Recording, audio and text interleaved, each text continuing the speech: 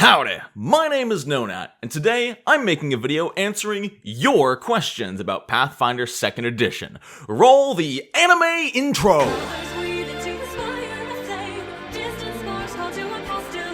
I got all these questions off of Twitter, so if I make another one of these videos and you have a question that you want answered, follow the link in the description to my Twitter and follow me. Sometimes I post things. Psst, I'm coming in here out of nowhere. Like the video. I forgot to ask before the end of the video, so I had to do it this way. Apparently the algorithm is really favoring likes right now, so if you could leave some on the video, you can only leave one. I'd really appreciate it. Thank you so much. Danielle asks, given that 2E seems to focus more on working as a team to improve everything than each character just being an independent powerhouse, how do you get out of the mindset that's just, how do I do as much damage as possible when making a character? And it's a tough switch. If you've played a lot of D&D 5e or even Pathfinder 1st Edition, it's really hard not to make a character with combat effectiveness in mind, and this is a really easy beginner's trap. You know, I've been memeing for almost 2 years now that the fighter is broken because they have +2 over other characters, and while this is 100% true and not facetious in the slightest, there's a lot more to making a character than a simple +1. The easiest way to get out of this mindset is to remind yourself that there's only 3 types of bonuses in the game: circumstance, status, and item. If you're already getting a status bonus from something, like if your party has a bard with Inspire Courage, and you have a feat that gives you a +1 status bonus to attack rolls, well, you just think that that feat isn't going to do anything unless your bard's not around. Those specific bonuses are not that useful because especially circumstance bonuses can come from anywhere. What's far more useful than a flat numerical bonus, and also more interesting, is new actions and opportunities to do cool things. Inflict status ailments, basically gain advantage on certain things. There's a lot of unique feats that'll allow you to switch up and change your playstyle to be more effective in specific situations. And sure, these situations might not pop up every single session, but when they do, you'll be glad you picked them. Endrixar asks, how in God's name does trying to avoid notice work with initiative? Initiative is not directly related to any roll you have made prior to combat. A lot of people get confused when you mention that you can roll other skills for initiative rather than just perception. In Pathfinder 2e, what your character is doing the moment initiative is rolled is what allows you to roll something else. The most common example of this is if your character is hiding in the bushes when combat starts, you can roll stealth for initiative instead of perception. That's going to most of the time be the only other option, but where it gets really important is if you're in a situation that's not necessarily combat. Let's say you're in a courtroom and your DM has you roll initiative to take turns speaking. You could roll diplomacy or even deception for initiative. Sometimes if your GM is especially generous, let's say you're fighting on a boat, maybe you can roll sailing lore for initiative, especially if you're the one piloting the ship, then I would absolutely let you roll sailing lore for your initiative. There's a lot of different ways to use it, but aside from what your character was already doing, nothing else will decide what you are rolling for initiative aside from you and your GM. The Death Die Club says, why try out Pathfinder 2 when you have D&D 5e? And my answer to that is very ambiguous. If you are perfectly happy and love D&D 5e and you don't think it needs to change, cool. Keep playing that. There's no reason to play something else if you find it to be your perfect system. If you personally want something a little crunchier with a little bit more choice in your character creation especially, then Pathfinder 2e may be for you. If you found D&D 5e or Fate or something just a little bit too limiting in what you can do on paper, then Pathfinder 2e might be a good alternative. But going from D&D 5e to Pathfinder 2e, the roleplay aspect of things is not going to change that much. So if you don't care about the math or mechanics of tabletop RPGs, I'd say D&D 5e, if you're already playing it, is totally fine. Nick asks, how do rituals work? How do you get them? What's the proper way to give rituals to your players? How do they function in-game? A ritual is just a really long spell. Now, most spell lists don't have any rituals actually on them. They're considered their own unique thing, sort of like an alchemical or magical item formula. You can find a scroll with the instructions on them, or you can take certain archetypes and class feats that give you rituals. Otherwise, they're basically just a spell that takes a really long time to cast, though some of them do require a secondary caster. The secondary caster doesn't need to know how to use the ritual, but they will need to make a skill check. I guess that's another thing that's different about rituals, is they usually require a skill check to tell you how well the ritual went. Divided Conquer asks, how would you make Eleven from Stranger Things? Probably a telekinesis-based psychic. I know the book has only just come out, so I haven't read it a lot. I know there's a subclass of psychic that is all about telekinesis and throwing things around, and I'm sure you could take some cool spells to cause cool explosions or whatever it is Eleven does. I've only seen one episode of Stranger Things. Don't shoot me. Quests and Chaos asks, why are there so many feats? Why is this so overly complicated? To answer your first question, it's to allow you to have a lot of choice and customization when designing your character at each individual level. To answer your second question, it's not. Now, I'm not going to be an asshole about this. I know complicated means something different to every single person in the world, but I've heard from a lot of people, a lot of my patrons I meet with tell me, oh yeah, my 13-year-old son and his friends just had a blast playing through Pathfinder 2e and enjoying themselves in their campaign. And I'm like, exactly, it's not really that hard. On paper, it can look so complicated. You know, there's a 600-page rulebook. Okay, but you cut that down because 300 pages of that is just for the GM. Okay, it's a 300-page rulebook. Okay, but you cut it down to the one class you're playing, the one ancestry you're going to play as, and your one background. And then aside from gear and spells, you maybe have 50 pages of content that actually apply to your character. Going forward, the math is just as streamlined and simple as D&D 5e. When you make an attack roll, you roll the dice and add your bonus. If you beat their armor class, you hit them. End of story. There is definitely a stigma that Pathfinder 2e is way more complicated than D&D 5e. And yes, it is more complicated than D&D 5e, but I would not say way more complicated. You'll have to read a little bit more when you level up to decide which feat you want to take, but once you take the feat, you have it. And it's not like you have to relearn what it does or recalculate your bonuses every time you make an attack roll.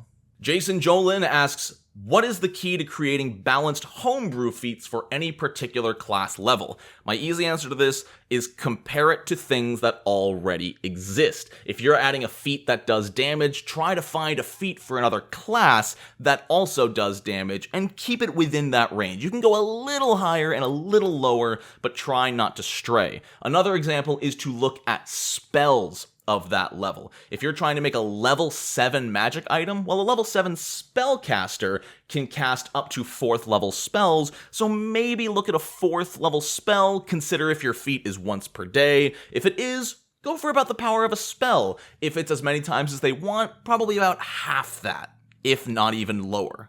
Overall, the best thing you can do is research the system, look at things on an equivalent level, and compare it there. If you're doing something like an archetype feat, the safest ballpark to go is if you're making a level 8 archetype feat, compare it to a level 4 or 6 class feat. I'm going to butcher this one. Mazana Borboom asks, as someone with a lot of 5e knowledge and very little Pathfinder knowledge, what is the benefit of playing a game with more mechanical rules like 2e versus a more streamlined system like 5e?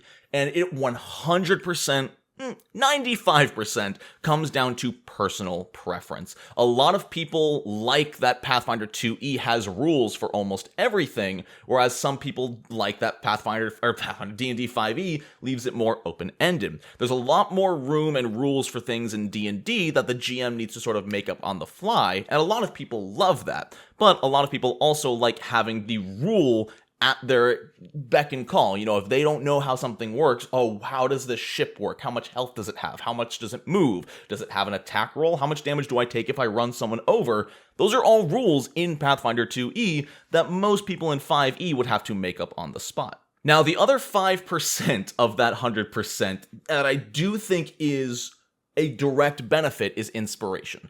Because there are rules for everything, you get to learn from those rules, and honestly, running Pathfinder 2e has made me better at improving D&D 5e, because it gives me more I can steal. If I don't know how something works in 5e, I can steal a rule to make up from PF2 and apply it. Granted, I'll have to change some numbers around, but overall, being able to have more experience with a concrete system makes you better at coming up with a loose system on the fly, and I hope that makes sense. Hunka Games asks, how do you play? I want to learn!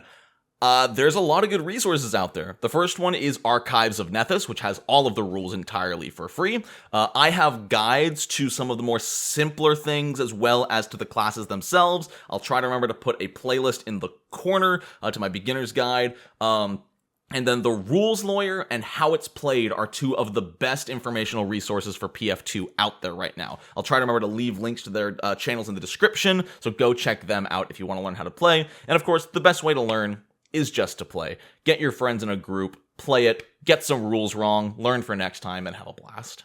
Harley D. White says, please tell me how Pathfinder works at not being rules heavy, or alternatively, warn me if that's what I'm signing up for. Yes and no. Pathfinder 2e has more rules. Pathfinder 2e has more options when leveling up as a player. You will have to read more, but the execution is just as simple as D&D 5e. You know, if you level up as a fighter in D&D 5e, your attack bonus might go up, you might get a new command as a battle master or something, and that's the end of the story. If you level up as a fighter in Pathfinder 2e, you're probably going to get a new fighter feat, of which there are 5 or 6 new options, so you'll need to read through those 5 or 6 options. And then, the game can get more complicated if you want it to. It is entirely up to you. Maybe you'd like to get an archetype. It is not required whatsoever, but let's say you don't want to take your fighter feat. Maybe you want to take the acrobat dedication to get some dexterous abilities onto your fighter. Well, there's a bunch of archetypes you can look into and put on your character, but they are in no way mandatory. Pathfinder is really good at being as simple or complex as you want it to be, so just because you can make a half-rogue, half-wizard who has sneak attack on spell attacks and also keeps a saving throw spell on backup so they can use their magical trickster to get free cantrips and throw out a lightning bolt that also does sneak attack damage, you can also play a human fighter with a great axe who hits stuff. Those are incredibly equal and viable characters, and don't let anybody tell you different. Bill also asks, why to this day are there no rules for tying a rope? Is it athletics, thievery, crafting? That's one of those weird rules that you'd think would be in there, huh? I've always ruled it as either thievery or crafting, just depending on the character. If they're a rogue with expert thievery, they've probably tied ropes before. If they're an alchemist with crafting, they've probably tied ropes before. It's an interesting idea of an action that can be utilized with different skills depending on the character's origin, you know? So I think that one's just one of the ones that it's up to GM debate, and they didn't feel like putting into the 600-page rulebook to make it 601 pages. Joe says, how important is optimizing? It's only as important as your table makes it. If your GM is ruthless, pulls no punches, and will kill you for not having a perfect character, I guess optimizing is important. If you're at my table and you're a wizard with 12 intelligence, cool, I'm going to give you an awesome story to tell. Mordo Technique asks, is there a shaman? Not yet. Sinclair's Library. Matthew asks, I'm confused by the fiddliness around social and similar rules, and you're not alone. The social rules are one of the big chunk of rules I don't even use when running Pathfinder 2e, as I find they gamify and take away from the roleplay. It's one of the few things in the system I will outright ignore. Technically, in Pathfinder 2e, every NPC has an attitude towards the party, ranging from hostile all the way to helpful. There's like, I think 5 stages of attitude, and technically, if you want to make a request of someone, you have to roll diplomacy, compare it to their will DC. On a success, their attitude improves 1 stage. On a crit success, it improves 2 stages, and depending on their current stage is the likelihood of what they'll help you do. No! That's annoying. If your table uses it, cool, good for you. But I'm going to say, oh, you want to ask the innkeeper if you can stay for free? Roll diplomacy. You rolled a 27, cool, he's level 2. You pass, you can stay for free. Like, don't let the rules get in the way of your roleplay. If you love those systems and you think they enhance your roleplay, awesome, great, I love that for you. For me, they get in the way, I ignore them. If someone has something like group coercion that lets them be better at intimidating a group of people, I will typically translate that into a lower DC or a bonus to their roll. And that's it today. So thank you to everybody on Twitter who asked these questions. These are some really good ones. I had a lot of fun talking to them, and I'm definitely going to do this again. So if you want your question to be answered, click the link in the description to head on over to my Twitter, drop me a follow, and watch the pure brain vomit appear on your timeline. Shout out to my patrons for making all of this possible. This channel would not be here without you. And shout out to everyone who watched and liked this video. I really appreciate all of you helping me do what I do. Now, I'm going to go get some dinner and edit this video. I hope you all have a wonderful rest of your day. And until next time, no nat ones.